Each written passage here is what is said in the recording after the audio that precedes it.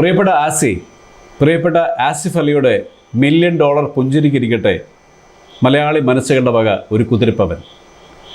Welcome to Kishore Sathya talks. നമ്മൾ സാധാരണ അല്ലെങ്കിൽ ഞാൻ എൻ്റെ സംസാരത്തിൽ ആരെയും കുറ്റപ്പെടുത്തിയിട്ട് മോശമായിട്ടൊന്നും സംസാരിക്കാറില്ല, അല്ലെങ്കിൽ എനിക്ക് അത്തരം വിഷയങ്ങളിൽ താല്പര്യമില്ല. ഈ പറഞ്ഞാൽ നമ്മൾ ഇപ്പോൾ കേട്ട വിവാദങ്ങളൊക്കെ കെട്ടടങ്ങിയിരിക്കുകയാണ്. ഒരു ദിവസത്തിന് ശേഷം ആസിയുടെ പത്രസമ്മേളനം കണ്ടതുകൊണ്ട് മാത്രമാണ് ഞാൻ ഇന്ന് നിങ്ങളോട് സംസാരിക്കുന്നത്.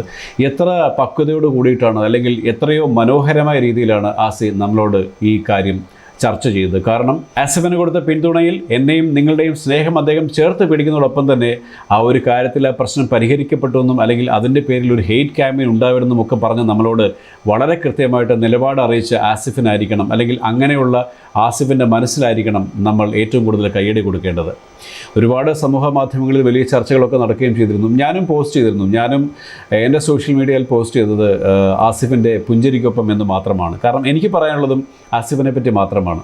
നമ്മളെല്ലാവരും കഴിഞ്ഞ ദിവസം കണ്ടതാണ്, ആസിയുടെ സ്ഥാനത്ത് ഞാനായാലും നിങ്ങളായെങ്കിലും ഒരുപക്ഷെ അത്തരം പുഞ്ചിരിയോട് കൂടിയിട്ട് അത്തരമൊരു സാഹചര്യത്തെ നേരിടാൻ സാധിക്കുമായിരുന്നോ എന്ന് ചോദിച്ചാൽ ഞാൻ പറയും, ഞാനായിരുന്നെങ്കിൽ ഒരുപക്ഷെ സാധിക്കുമായിരുന്നില്ല. നമ്മളിൽ പലരും ആരെങ്കിലും സാധിക്കുമായിരുന്നില്ല. നമുക്ക് വളരെ അനുകൂലമായ പരിസ്ഥിതികളിൽ നമുക്ക് നമ്മുടെ സ്വഭാവം പലപ്പോഴും മറച്ചു വയ്ക്കാൻ സാധിക്കും. പക്ഷേ അനുകൂലമല്ലാത്തൊരു സാഹചര്യത്തിൽ നമ്മളെ എങ്ങനെ പെരുമാറുന്നു എന്നുള്ളതാണ് ഈ മനുഷ്യ മനസ്സുകളിൽ നമുക്ക് ഏറെ ഇടം നേടിക്കൊടുക്കുന്നത്. നമുക്ക് ജീവിതത്തിൽ ഒരു പ്രതിസന്ധി ഉണ്ടാകുമ്പോൾ, അല്ലെങ്കിൽ നമ്മൾ ഒരു പരാജയങ്ങളെ നേരിടുമ്പോൾ, അല്ലെങ്കിൽ നമുക്ക് മാനസികമായിട്ട് ബുദ്ധിമുട്ടുള്ള ഒരു അവസരത്തെ നമ്മൾ അപ്രതീക്ഷിതമായി നേരിടുമ്പോഴാണ് നമ്മുടെ ഇന്നർ സെൽഫ് പുറത്തു വരിക എന്ന് സാധാരണഗതിയിൽ പറയാറുണ്ട്.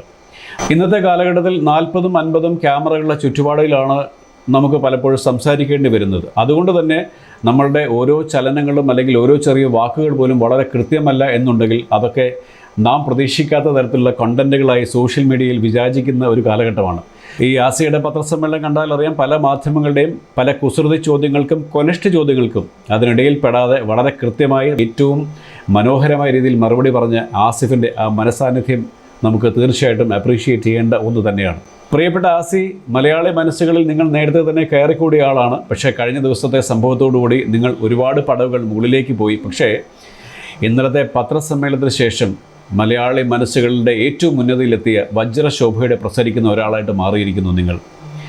നിങ്ങളുടെ ഈ പുഞ്ചിരി ഓരോ മലയാളിയുടെയും മനസ്സ് നിറയ്ക്കുന്ന പുഞ്ചിരിയാണ്. നിങ്ങളുടെ പുഞ്ചിരി നിങ്ങളുടെ മുഖത്തല്ല, നിങ്ങളുടെ ഹൃദയത്തിലാണ്. ഈ പുഞ്ചിരിയുടെ സന്തോഷവും സ്നേഹവും ഓരോ മലയാളികൾക്കും, ഓരോ മലയാളികളുടെയും ഹൃദയങ്ങളിൽ ഒരുപാട് സന്തോഷങ്ങൾ നിറയ്ക്കട്ടെ. നിങ്ങൾക്കും ഒരുപാട് ഉന്നതികൾ ഉണ്ടാവട്ടെ. ഒരുപക്ഷെ നാളെ ഒരാൾ ചോദിക്കുമ്പോൾ, അച്ഛാ ഞാനൊരു പ്രതിസന്ധിയിൽ വരുമ്പോൾ ഞാൻ എന്ത് ചെയ്യണം എന്ന് ഒരു മകനോ മകളോ നിങ്ങളോട് ചോദിച്ചാൽ, നിങ്ങൾ ആസിഫ് അലിയെ കണ്ടു പഠിക്കൂ എന്ന് പറയുന്ന രീതിയിലേക്ക് മാറട്ടെ. സന്തോഷവാസി ഒരിക്കൽ കൂടി. You are so favourite to us. എനിക്ക് സന്തോഷമുള്ളത് ഞാനും നിങ്ങളുടെ കൂടെ ഒരു സിനിമയിൽ അഭിനയിച്ചിട്ടുണ്ട് എന്നുള്ളതാണ്. മറ്റൊരു വർത്തമാനമായിട്ട് വീണ്ടും കാണാം.